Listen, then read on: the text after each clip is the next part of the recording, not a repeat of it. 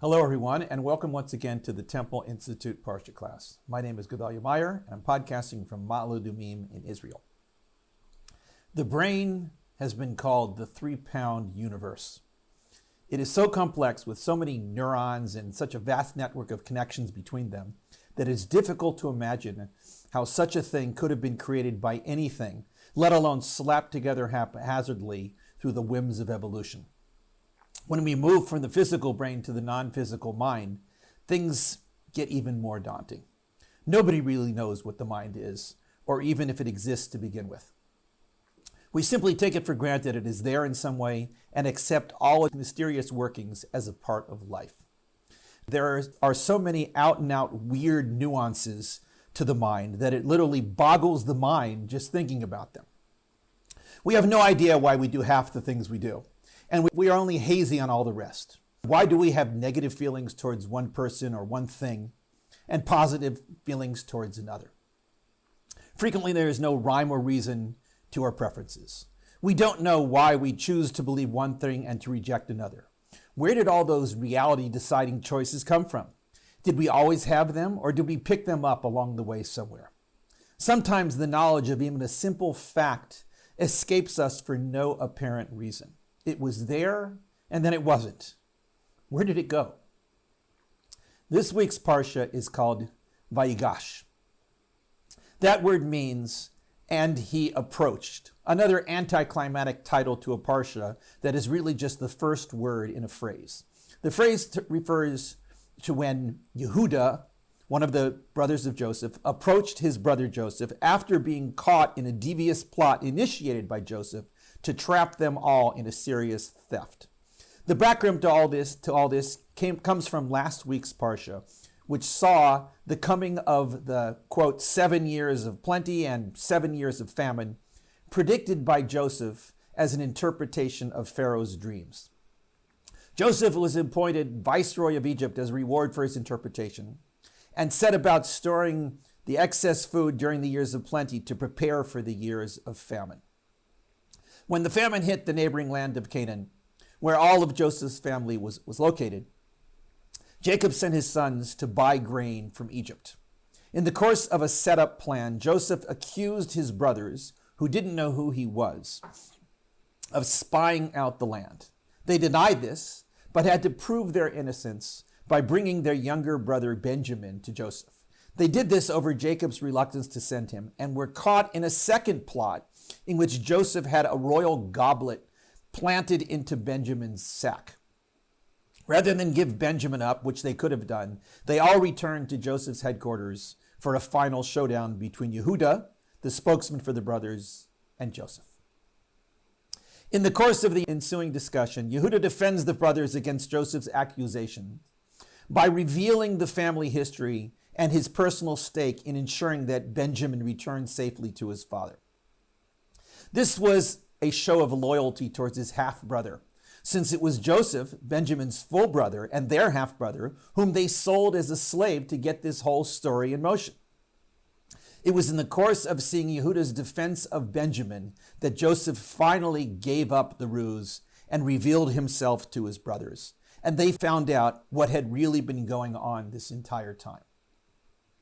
The actual scene in which Joseph reveals himself to them is widely considered to be one of the most dramatic in the entire Torah. It is a very human moment in which the two protagonists, Joseph and his brothers, finally meet again after so many years. On top of that, we have all the history of the kidnapping and the sale, the time spent in slavery and in jail, and what ultimately happened to him.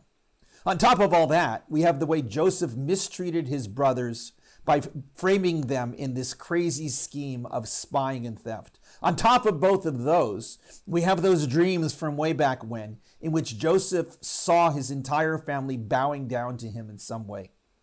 The fact that he understood that those dreams in some way portended what was to happen in the future, and that they resented him telling them this, only adds to the drama of this reunion. All in all, it is a scene worthy of the best Hollywood could possibly put out. Better yet, it is a scene worthy of a central place in the Bible. The actual moment is recorded in the Bible like this. Quote, Joseph could no longer control himself in front of all those present, And he called out to remove everybody from him.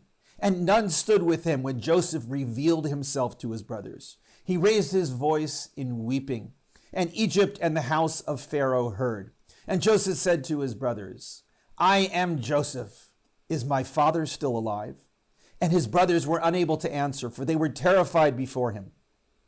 And Joseph said to his brothers, come closer to me.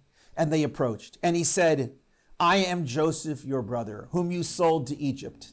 And now do not grieve and do not be angry that you sold me here. For God has sent me here before you to sustain you. Because for these 2 years and for another 5 years, there will be no plowing or harvesting. And God sent me before you to be for you as a means of survival in the land and to sustain you in a great way. He doesn't end there, but continues this message. And now it was not you that sent me here, but God. And he has made me a father to Pharaoh and a master to all of Egypt. Hurry and bring my father and say to him that his son Joseph says that God has made him a master of all of Egypt, and you should come to me and not delay. Talk about dramatic. This little speech has it all. It has the fear of the brothers over what they did, the magnanimous forgiveness of Joseph towards them, and the labeling of the whole story as one big act of God to make things work out as they did. It even has the final unexpected command that they bring Jacob himself to Egypt to see his long-lost son once again. It is so dramatic and says so much that there is really very little to add. But there is one question that must be asked. Aside from the moral issues of justifying an act of blatant cruelty and heartlessness by saying that it was all the hidden hand of God, there is a little detail that tends to get lost in all the drama. The first question Joseph asks his brothers after revealing that it was indeed none other than him they were speaking to was, quote, is my father still alive? While this small question seems to fit right into the drama, it is a strange question. He had already been told by them a few times in prior meetings that Jacob was alive. Granted, they did not know that they were speaking to Joseph when they told him, but he knew, and so he was very aware that Jacob was alive. In fact, at the end of last week's Parsha, in the final meeting of Joseph and his brothers before he planted the goblet into Benjamin's sack, he asked them this very question and received the answer that Jacob was indeed still alive. That meeting probably did not take place more than a day earlier. He knew that Jacob was still alive, so why did he ask about it once again? This is not an easy one to answer. There is really no reason for him to have doubted that they were telling him the truth. They had no reason to lie about this simple fact, since they didn't know that they were speaking to Joseph in the first place. But there we have it. He asked the question even though he already knew the answer. The question is, why? Perhaps the answer to this question is that he was not asking about the facts. As far as the facts were concerned, he knew them. In fact, he really wasn't asking a question at all. This was the best thing to say after telling them who he was. I am Joseph. Is my father still alive? The mind works in strange ways that are not entirely predictable. In fact, they are not predictable in the least. At this emotional crescendo of his topsy-turvy life, Joseph was speaking not as a person trying to ascertain the facts, but as a human being, as a brother, a son, wondering if it could really be true that his father was still alive. In a sense, he was speaking to himself and not to his brothers. His mind was asking himself if this was all a dream or if it really had happened.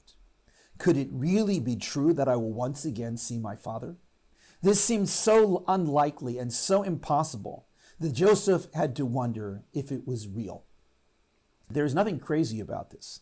This is simply the natural human reaction to an incredibly traumatic conclusion to a 20-year-long saga of betrayal and injustice and fortune and fate, with a little clever dream interpretation thrown in to make things get into gear. It was a story that had God's hidden presence intertwined every step of the way in a manner that could not be detected and could not be denied. In other words, this was a microcosm of life itself. This is the way things are. We live our lives and we experience what we experience and we know what we know. But through it all, there is a hidden reality that we are always oblivious to. It is only when something so dramatic and so undeniable takes place right before our eyes that we wake up to the fact that this is real and not a dream. This is what happened with Joseph.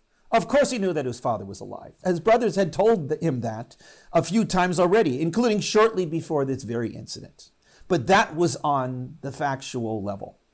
On the deeper level, the personal and emotional level, this fact had not quite registered. He had put it into a specific category of his mind's library, safely stored away so that it could remain a fact and not a reality. There was too much at stake emotionally for him to truly imbibe this fact into his inner self. It was only when the facts became reality that he actually asked himself if this could all be true. It was only then that he was able to see God's true role in everything that happened. We live our lives in a kind of fog. We feel our way through the events and the stories and the interactions. We deny, we accept, we ignore, and we dive in. But our minds have an ability to not see the forest for the trees.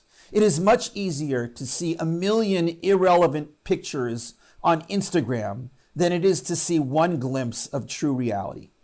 Perhaps this mental editing is a necessary thing.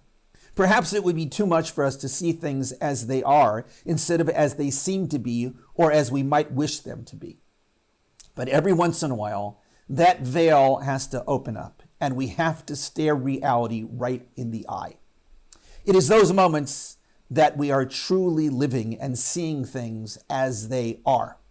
Those are the moments we live for. Shabbat Shalom.